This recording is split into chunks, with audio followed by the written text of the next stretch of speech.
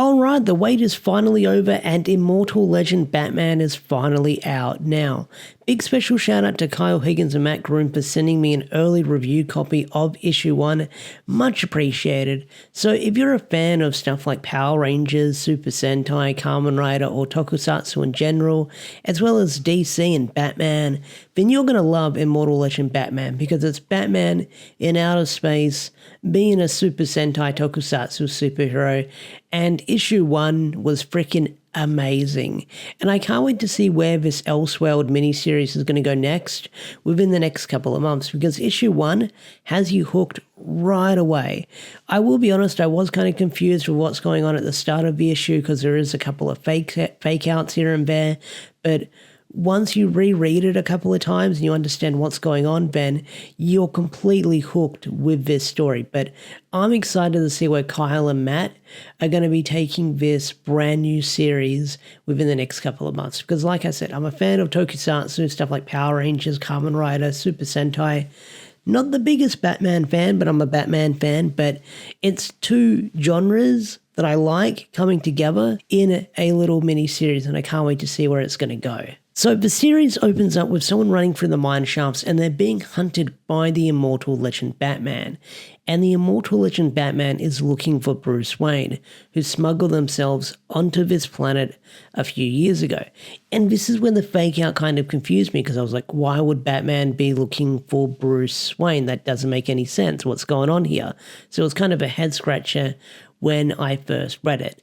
But it all makes sense as you keep reading. But I gotta say, I love the design for Batman within this universe. It looks freaking amazing because it's mostly Rider inspired more than it is Power Rangers or Sentai inspired, and you'll definitely get a feel of that as you keep reading it, as you keep reading this first issue. But the Toku design that Batman has within this series looks freaking amazing. Well, even the entire Bat family, their suit designs look really freaking amazing as well. So for Batman, they definitely went with like the blue, black, and grey, which is some iconic Batman colors you've got going on with it. I believe classic Batman suit colors, and they work really well. I mean, Batman having the arm gauntlets, the spike gauntlets, they stand out really well as well.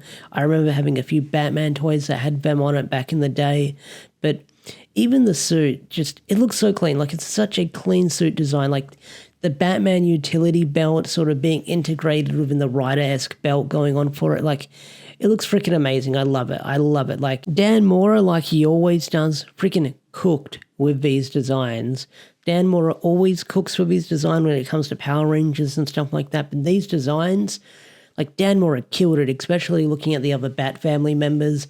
Their designs look really freaking amazing as well. But let's get back to the story of Immortal Legend Batman issue 1. So after that, we then see a murder scene happening, and the murder scene looks freaking gruesome. Like, this body is like pulled to shreds. Like, it looks like their guts are hanging out and stuff like that. It's quite the sight to see.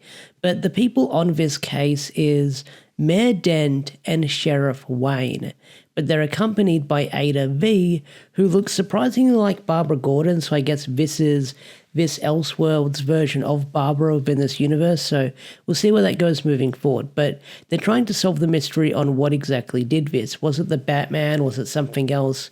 We're not entirely sure.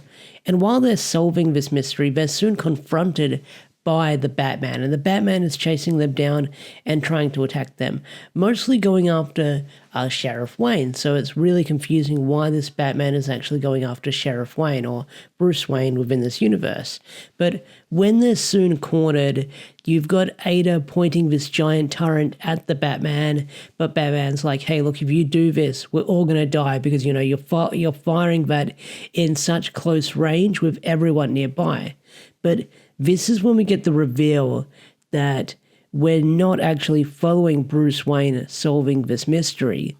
It's actually an imposter, because the Immortal Legend Batman powers down and we're revealed to the real Bruce Wayne, who's got his little Kamen Rider belt. So we soon discover that he's the real Bruce Wayne, and the Bruce Wayne we've been following at the start of this issue is actually the villain of the month or the monster of the week within this series, and that is the Two-Faced Man. So this is this versions of Two-Face within this universe. And I gotta say, the transformation sequence we get when we see the two-faced man within the series. Looks freaking amazing. Like, you got all the purple and the black and stuff like that. Their belt is sort of using to be transformed as well. They look freaking amazing. They look like a giant shadow demon as well. So props to the art design and the artwork for this issue. It looks freaking amazing. And this is when we get to see Batman Henshin when he says, become the night, and transforms. And the transformation sequence is freaking amazing as well, because you see him sort of do like the pose where he puts his hand over his face, and I guess he pushes down on his belt. But he transforms and he strikes a pose with his little Sentai Rider pose. And during the transformation sequence, you see all these bats coming out of him or around him. And that's really freaking cool as well visually, because, you know, as soon as he does the transformation sequence, you've got all these bats around him. So again, the artwork for this series is freaking amazing. So Two-Face and Batman get into a fight within this series, and the artwork for this fight is freaking amazing.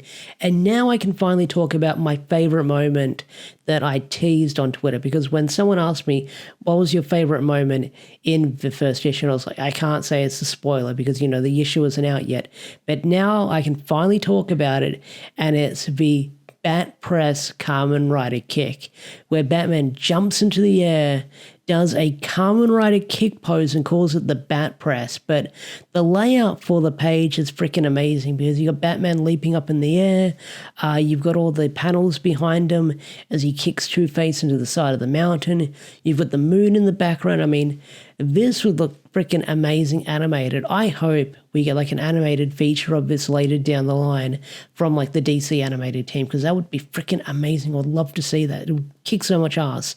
But I can just see that panel alone being animated in like anime form or Sentai-esque form, Rider-esque form, with how the pose or the scene would go out with the panel and the paneling and the layout and stuff like that. Because seeing Batman do a freaking Rider kick to Two-Face on the side of the mountain is freaking amazing. So Batman's able to defeat the villain of the week, and he ends up escaping with Mayor Dent and Ada, and they're able to get out of there.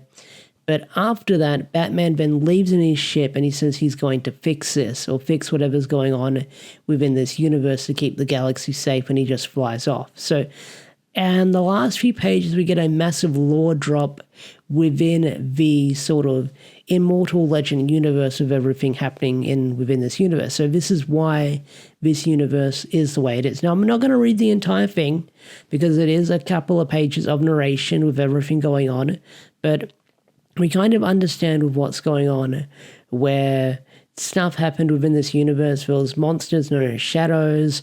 There was 3 warriors set to defeat them, and they would sort of pass down their powers, who were sought to be gods. So they passed down those powers known as binds, I believe they were called. And they learnt the way of the Robin, the way of the Bat, and the way of the Nightwing. So we know about the many successors before the current successors within this universe. And it's interesting that all the way back that the Nightwing within that universe was a female Nightwing, which was a nice little touch. I do like that. So you've got these powers being passed down to generation as they learn these martial arts and the way of the Bat, way of the Robin, and stuff like that. But we do find out who was the previous Immortal Legends within this universe. One of them being Stephanie Brown. She was one of the previous Robins who passed on her powers to Tim Drake. Harper Row passed on her powers to Dick Grayson. And then Bruce was never the first choice, but due to his tragic backstory within this universe, which is the same tragic backstory, parents killed, instead of being shot in the alleyway, they were killed by a shadow monster. So then Bruce trained to be the Immortal Legend. Now, recently we find out that Bruce abandoned their duties, leaving their partners to face the shadow incursions alone, but they don't know why Bruce did it. But they heard stories of the Immortal Legend Batman attacking people. And one of these stories is that he crashed into a space station into one of the moons of Angkor, which guesses Arkham, but Angkor brutality killing a cryogenesis in the process. So apparently, like, Bruce has gone rogue within this universe, but who knows if it actually was him, because, you know, we already saw a fake Immortal Legend Batman within this universe. So was it him? Was it not them? No idea. But we've got stories of Bruce sort of going off the rails within this universe, but someone doesn't want this to go on, and they want Bruce to sort of step down from being Batman, and because there can only be one immortal Batman at a time, someone has to take the mantle for themselves. And this mysterious person is requesting Thomas Elliot to take Bruce down themselves and become the Immortal Legend Batman. And that's where the first issue ends. And I gotta say, this first issue is really freaking amazing. Like, it's a really good first issue that has you hooked right away. And I can't wait to see where it's going to go within the next couple of months, leading into from here to like early 2026. So it sounds like it's going to be a fun 6-part miniseries that I can't wait to see where it's going to go moving forward. But overall, I feel like Matt and Kyle killed it on this first issue. They did a really amazing job. The artwork was fantastic as well. And I can't wait to see where it's going to go within this Elseworld universe, to see all these different Batman mythos characters within the space universe, because apparently like the Riddler's going to show up. No doubt about it, we'll probably see the Joker later down the line, but we'll see what happens. But I cannot wait to see where this series is going to go next, because the lore that they're setting up within this universe sounds really interesting, with how they have the bind powers and stuff like that. So that's really cool. And we know who the other Immortal Legends are, so I can't wait to see more of them later down the line. But overall, fantastic first issue, and I can't wait to see where it's going to go next. So with that said, I'll bring this video to a close. Peace out, take care, thanks for watching, and have a wonderful day or night. Peace.